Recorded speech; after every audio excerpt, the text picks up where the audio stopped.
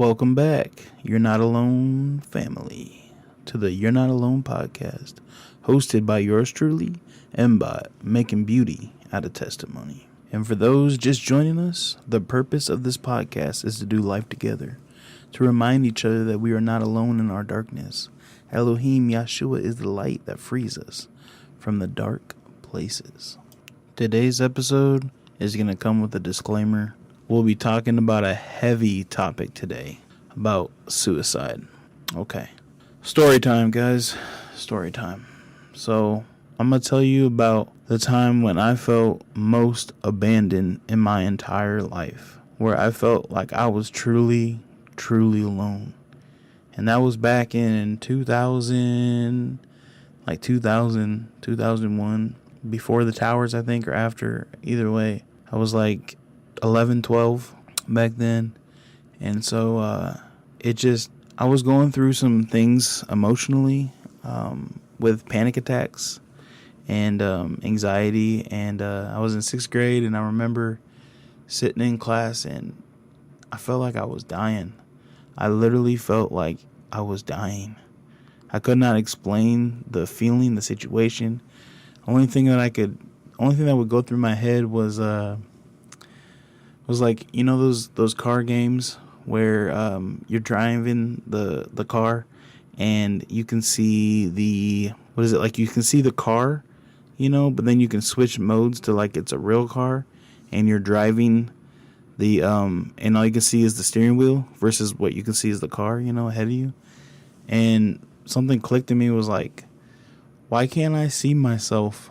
Why can't I see that car? I can only see one view, only if I look in the mirror, then I can see myself. But if I don't, then it's like I'm always in that mode where I just see the steering wheel, and I couldn't figure out why. And to this day, I still struggle with panic attacks and anxiety and depression and things like that. But I don't understand really even what happened that day. And during that time in the 2000s, at least the nurses and doctors and psychologists that I saw at first, weren't really sure what this was. I feel like things are better now in 2025 than they were back then, 25 years ago. With things not making sense in my head and just being difficult, those were some difficult times for me in my childhood. And because of those difficult times, I acted out because nobody understood what I was going through. And so I always got in trouble. And finally, my parents just had it. They couldn't understand what was going on in my head. And they checked me in because, so here's actually what happened. So one night, my brother, he goes to me, we lived in a townhouse. And it's kind of a funny story too. But so we lived in a townhouse, right? And they're connected, if you know what townhouse is. And so because of that, there was this attic in my room, and my brother and I wanted to break through and look inside of it, but we couldn't break through. Like there was like asbestos and stuff like that, and we couldn't break through that part because we didn't want to do that. But one day it was like really late at night. And like 3 a.m, where kids not should be up, but we were bad little kids. Anyways, so my brother broke through, and he was like, "Guess what? I broke through." I was like, "You come with me?" And I'm like, "I don't want to go in there, dude." And it's like, "No, you come with me." And so, but he sent me up there first because I'm the little brother. I'm like, "Dude." Anyways, so I went up there, and the floor was kind of weak, so I was trying to step on these 2x4 beams, but my feet were hurting, so I stepped off, and I went further because I saw my dad kept complaining, saying that he heard this bird's nest or whatever, and so I was like, I see the bird's nest. Dad was right, and then my feet were getting hurt, so I stepped off, wondering if the floor was solid, but my foot fell through the floor. Y'all, it fell through the floor into someone's ceiling, into their bedroom, the next door neighbor's bedroom. And man, when I say they were upset, they were really upset. They were so mad. But they weren't the only ones that were mad. My dad was so mad too. My dad was so mad because he couldn't understand what was going on with me. And, both my parents, they didn't have answers. And then I was acting out. I was putting my foot through the neighbor's ceiling. So I had it. When you get those feelings where you're just like, I don't want to exist no more. Obviously I'm causing problems to you guys. I wanted to run away. I wanted to do whatever, but I was too afraid. I was too afraid to leave. I didn't want to leave. I didn't want to run out of food. I was like, well, I can't survive on my own. I don't know how to hunt and fish and, what if I get hungry? But in all seriousness though, I felt so, I didn't want to disappoint anybody anymore. And so I told my parents, I was like, fine. Like, would it be better if I never existed? Would it be better if I just jump out this window or other things like that? But I was afraid to die, y'all. I was seriously afraid to die. And if I'm being honest, I still am. Be honest with you. Just that whole fear of the unknown. In fact, actually, I read reports and watched videos of some of the people that wanted to jump off the bridge and stuff. Like, I think it was the San Francisco Bridge. But they regretted it instantly. And one of the survivors had mentioned that. So I know I'm not the only one that feels that. That's like, I don't want to be here no more. I don't want to be in this suffering no more anyways. Not necessarily I want to be here, but just don't want to suffer no more. Don't want to feel alone. Don't want to feel like nobody understands what I'm going through. And not having the solutions on what to do, if that makes sense. And, being afraid to die, clearly, is a good indicator because it's that fear of unknown, You're afraid that you don't know what to do anymore, and you're afraid that even if you were to end it all, it wouldn't make a difference. And I do not encourage anybody to end it. I mean, I'm serious, and I'm hoping the rest of this encourages y'all.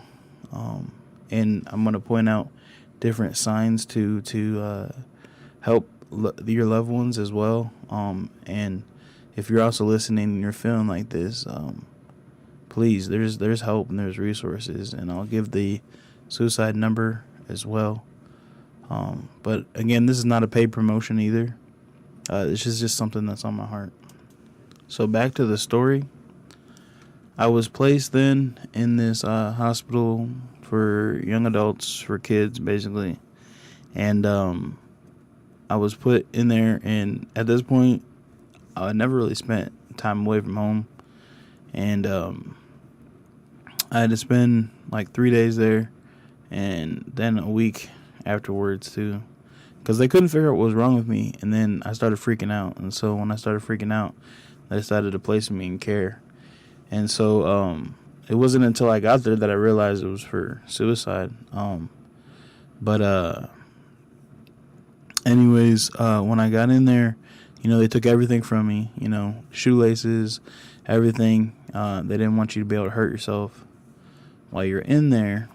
And they took anything personal from you too. And you had to behave in order to get anything back, which I felt was unfair. And I remember I would cry myself to sleep because I was afraid. I was away from home. I didn't want to be here. I'm already struggling with feelings that I don't understand. And I just remember it was the first time I really seen my dad cry either, because I would cry when they came to visit me, and I was like, please let me leave. And they're like, we can't. We have to wait for the program to end. You can't just leave. And I was like, this is unfair.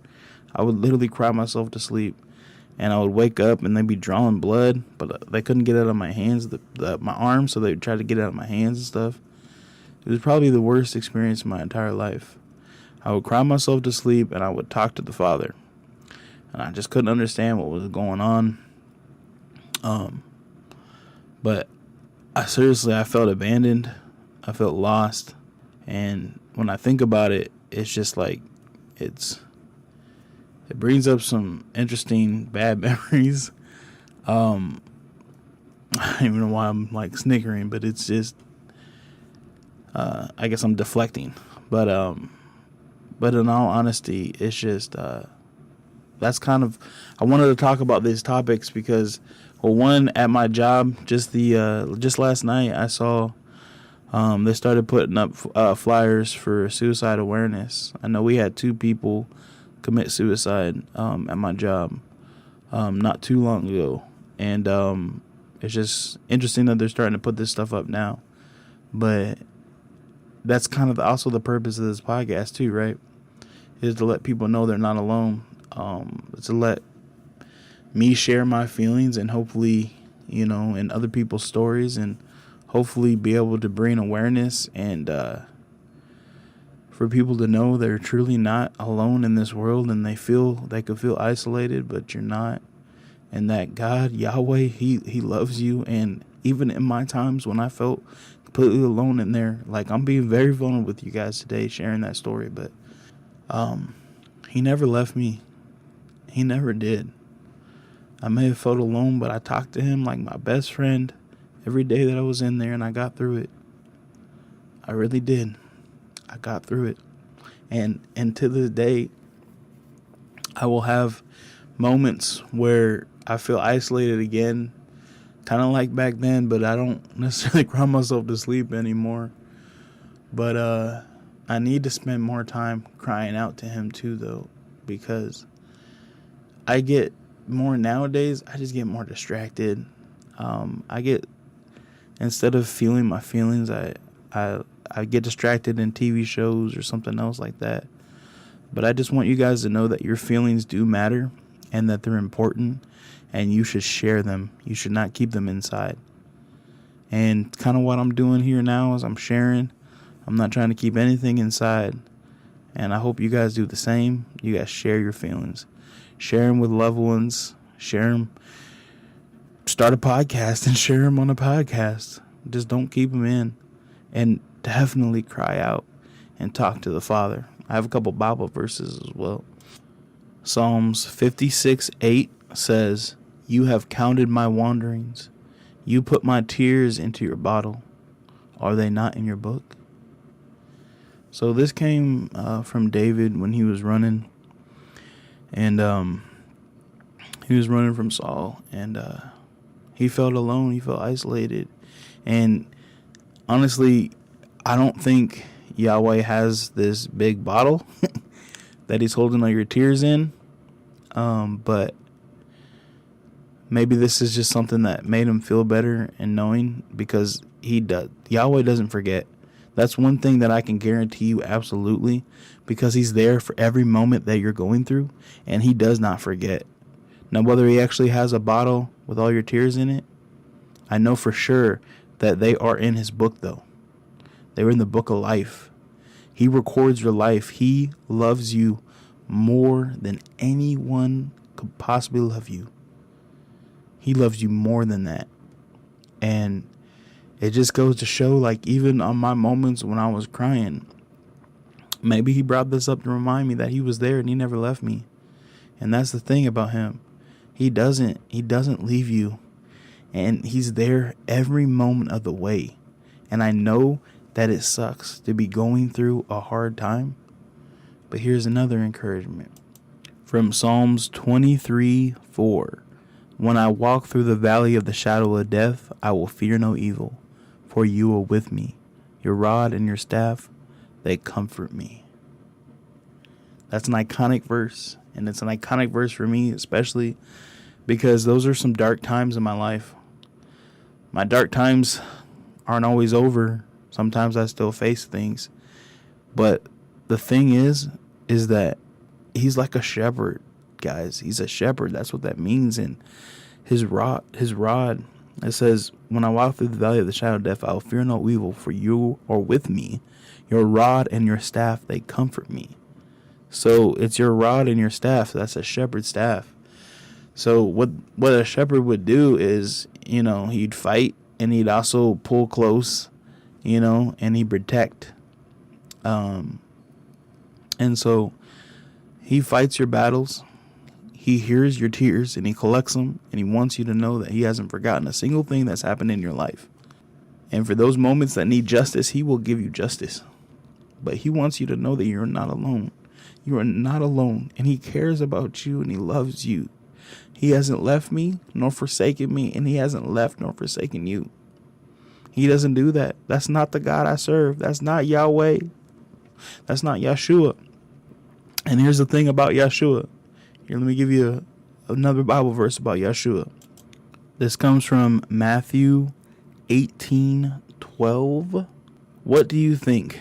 If a man has 100 sheep and one of them goes astray, would he not leave the 99 on the mountains and go seek the one that is straying?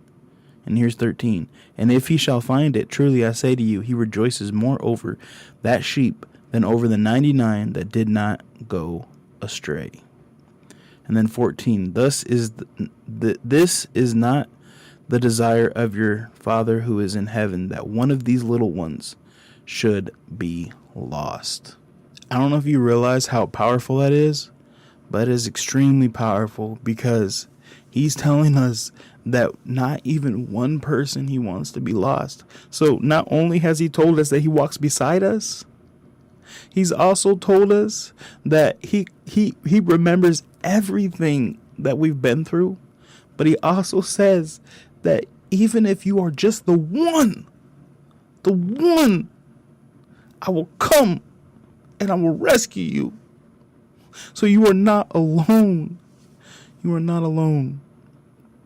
And I think this is also incredible, because sometimes when I look at this too, I think of his mercy and his patience for me too, because again, I know the secret. I know how to get out of the darkness. Like we said last week, to turn on the light switch. So that means getting in your word. That means spending time with him. That means crying out to him. That means truly getting to know him. Not just, here and there, or read here, or I do that, or blah, blah, blah. I mean, it really means to have an actual relationship like we're talking now. You should actually talk to him, because he's patiently waiting for you. He's never gone anywhere. He loves you and he cares for you. And I'm telling you this as an absolute fact, that your dark days can't exist with him. Now, he can walk alongside you for your dark days, and he'll wait for you to turn to him. Because I know, and he'll wait patiently too, and he'll keep coming and being like, hey, you don't have to struggle no more. Hey, I'm right here. Hey, even though we're going to go in the middle of this, guess what? We're going through this dark valley, but guess what? You're not alone. David went through a lot. He went through a lot in his life. And some of those dark times in my life too, I wish they never existed, but you know what? He comforted me. He did. He comforted me. There were some terrible times in my life. It was very dark. It was very, very dark. And the fact that he was there, it means so much. And that you are not alone. You're not alone. You can come to him, and he will come to you. I mean, he comes to you. I guess, my point is that I feel like I'm rambling a little bit, but honestly, I promise you I'm making a point, guys. I'm making a point, and my point is that, last night even, I feel like I was getting distracted, and he just kept reminding me of his mercy, of his patience, that he truly cares about me, and that he doesn't want me to see me suffer no more. He doesn't want to see me stressed out, because I've been literally trying to feel like I need to carry the weight on my shoulders, and I've been ignoring the solution by, trying to ignore my problems instead of trying to face them, instead of trying to face them head on with him, instead of asking for his help, knowing that was the perfect solution. But sometimes I feel like we just gotta go through these motions at first until we get out of our stubbornness. Because let me tell you something about me. I am very, very stubborn. And so I get so stubborn that I get set in my ways, and I'm like, well, I just gotta do this, I gotta do that, just give me a second. Father, I'm not ready yet, this, that, the other. But he's patient. And I feel like that verse even, it mentions that too. Like, he cares that much about you. So he will wait. He'll be patient. But please don't wait too long. Don't wait till the end. Don't wait till the end of your life. Don't wait until the end of the world or anything like that. Seek him now. If you're truly hurting right now, seek him. I'm telling you. He's comforting you. He's there with you, and he's actually been there the whole time. And if you didn't take a chance to look up and see that he was there, that's a possibility, but I'm telling you right now that he was there the whole time. You've never been alone in your feelings or in your emotions. And here's that information too. It says when someone is considering suicide, there are often noticeable changes in behavior, sometimes subtle, sometimes dramatic.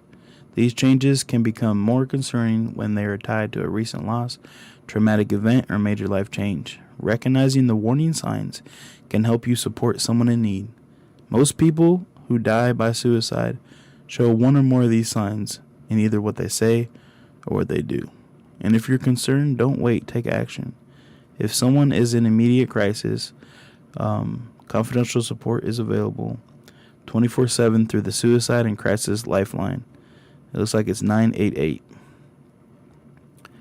And then it says common warning signs. Talk of suicide is talking about death, dying, or suicide directly or indirectly, expressing feelings of hopelessness, giving away personal or meaningful belongings, engaging in reckless or self-destructive behaviors, increased use of alcohol or drugs, major use in sleep patterns, too much or too little, changes in appetite or significant weight loss, gain, neglecting personal hygiene or basic self-care, disregarding medical advice or treatment, isolation from friends, family, and coworkers, intense mood swings, irritability or increased anger, increased agitation or anxiety, a history of previous suicide attempts, expressions of feeling trapped or unbearable emotional pain, difficulty concentrating, making decisions, or thinking clearly, sudden calmness or improvement in mood after distress.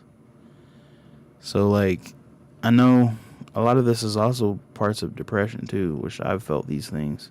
But if you feel these things, you need to get help too. You need to be able to talk. Like I said, you should talk about your feelings. Find somebody to talk to, because you're not alone. Another thing, if you believe someone may be thinking about suicide, ask them directly. Are you thinking about suicide, or do you want to kill yourself? Avoid vague or indirect questions like, are you thinking of hurting yourself? Self-harm and suicidal thoughts are not the same, and clarity matters. It may feel uncomfortable to ask such a direct question, but research shows that doing so opens the doors to honesty and help. Asking shows that you care and you are willing to listen. Encourage the person to seek help right away. Use clear, supportive language like, will you let me help you get support, or can I go and talk to someone? Or can I go with you to talk to someone? If they are hesitant, ask them to agree to a safety plan, such as promising not to act on their thoughts until they've received help. If you believe someone is an immediate risk and then refuse help, do not leave them alone. Call for emergency support. The National Suicide and Crisis Hotline, 988, or 800-273-TALK, which is 8255. Our emergency services. And this last one, talk to someone about suicide. It is not easy, but your support could save a life. Choose a time when you're not in a rush and find a quiet, private place to talk without distractions. Once the conversation begins, focus on listening. Each person's experiences is unique. They may express deep emotional pain, or they may not feel ready to open up. Either response is okay. Avoid minimizing their feelings. Avoid trying to fix things right away.